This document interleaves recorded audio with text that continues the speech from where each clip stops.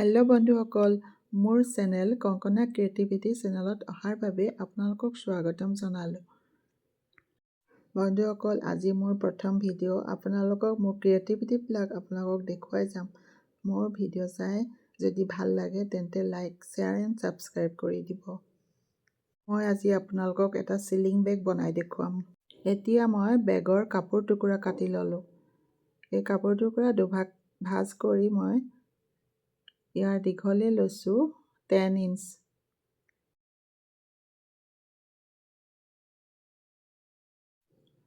আৰু এতিয়া মই কাপোৰটোৰ ওপৰ চাইডে ল'ম মই এনেদৰে ৰাউণ্ড নেক দিবৰ বাবে এইডোখৰত মই ল'ম 1.5 ইঞ্চ আৰু দীঘলে ল'ম মই 4 ইঞ্চ।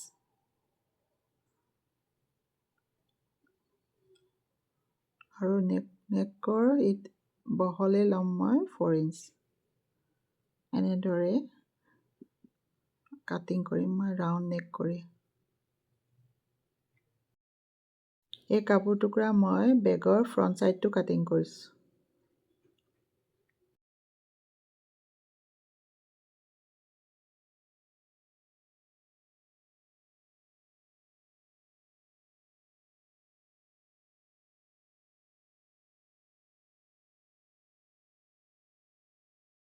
আৰু এতিয়া ওপৰ চাইডে কাটিং হৈ যোৱাৰ পাছত তলৰ ফালেও মই ৰাউণ্ড কৰি কাটিম। তলৰখন মই 2 ইঞ্চ লৈ তলৰ চাইডে ৰাউণ্ড কৰি দিম।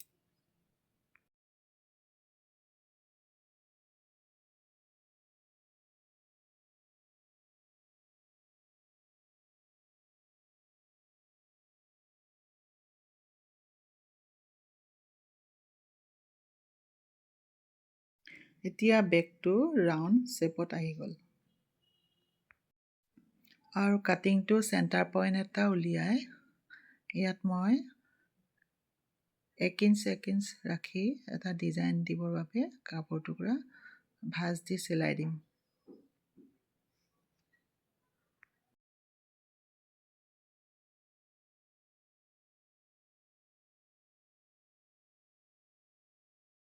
এতিয়া মই বেক চাইডৰ কাপোৰ টুকুৰা ফ্ৰণ্ট চাইডৰ কাপোৰ দৰে ছেইম কাটিং কৰিলোঁ।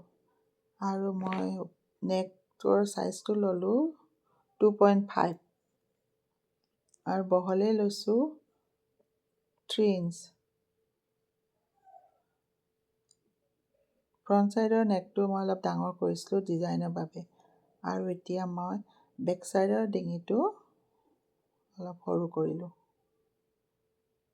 এনেদৰে কাপোৰ টুকুৰা সমানে। এতিয়া কাটিংটোৰ তলত মই ব্লেক কালাৰ লাইনিং ব্যৱহাৰ কৰিছোঁ। এনেদৰে কাপোৰ টুকুৰা পাৰি ল'ব আৰু ৰাউণ্ডকৈ শ্বেপত কাটি দিব।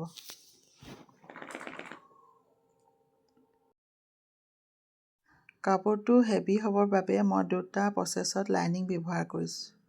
তলত ফৰ্ম দিছোঁ আৰু লাইনিং কাপোৰ দিছোঁ। এনেদৰে ৰাউণ্ড কৰি কাটি চাৰিওফালে ষ্টিচ কৰি দিম। আৰু মাজে মাজে ষ্টিচ কৰি কাপোৰটো অলপ ডাঠ কৰি চিলাই দিম।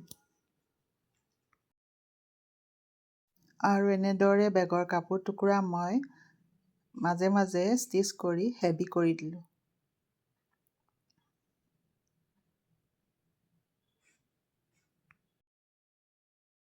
এতিয়া ষ্টিচ কৰা কাপোৰখনৰ ওপৰত মই ব্লেক লাইনিং কাপোৰটো লগাই দিম। এনেদৰে চাৰিওফালে ৰাউণ্ড কৰি চিলাই দিম। আৰু মাজত এটা পকেট ব্যৱহাৰ কৰিছোঁ। পকেটৰ কাপোৰ টুকুৰা এনেদৰে কাটি ল'লোঁ। পকেটৰ ওপৰচোৱা খোলা ৰাখি 3টা ছাইডে চিলাই দিব। আৰু এনেদৰে 2টা ছাইড ৰেডি হৈ গ'ল। আৰু কাষেদি মই লেচ লগাই দিম। এনেদৰে যদি আপোনালোকে লগাব বিচাৰে লগাই ল'ব পাৰে। মোৰ ওচৰত এনেধৰণৰ এটা লেচ পৰি আছিল, সেইডাল মই লগাই দিছোঁ। দেখিবলৈ কিন্তু এতিয়া অলৰেডি মোৰ বেগটো ফিনিচিং হৈ গৈছে। লাষ্ট ষ্টেপটো হৈছে এনেদৰে কাপোৰ এটুকুৰা কাটি লৈ এটা শ্বেপত কাটি ল'ব আৰু ইয়াক বেগটো বন্ধ কৰিবৰ বাবে এনেদৰে কাপোৰ টুকুৰা কাটি লৈছোঁ।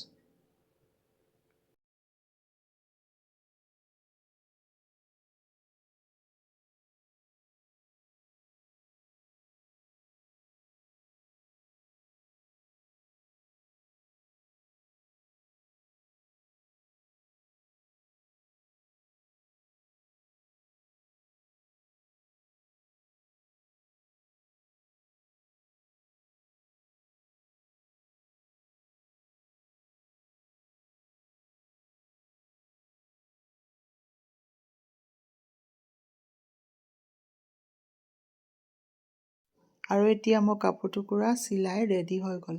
আৰু এই কাপোৰ টুকুৰা মই বেক চাইডে ষ্টিচ কৰি দিম। আৰু এনেদৰে বুটাম চিষ্টেম হিচাপে কাপোৰ টুকুৰা লগাই দিম। আৰু এয়া মই 1 ইঞ্চি জোখত বেল্ট এডাল ৰেডি কৰিলোঁ। দীঘলে মই ৰাখিছোঁ 50 ইঞ্চ।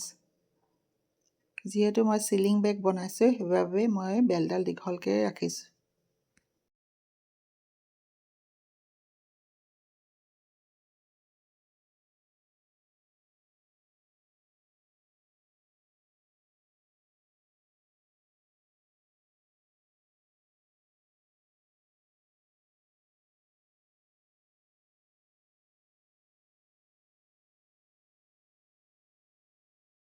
আৰু শেষত মই বেল্টডালৰ ওপৰত এটা বুটাম লগাই দিছোঁ যাতে সুন্দৰ দেখে।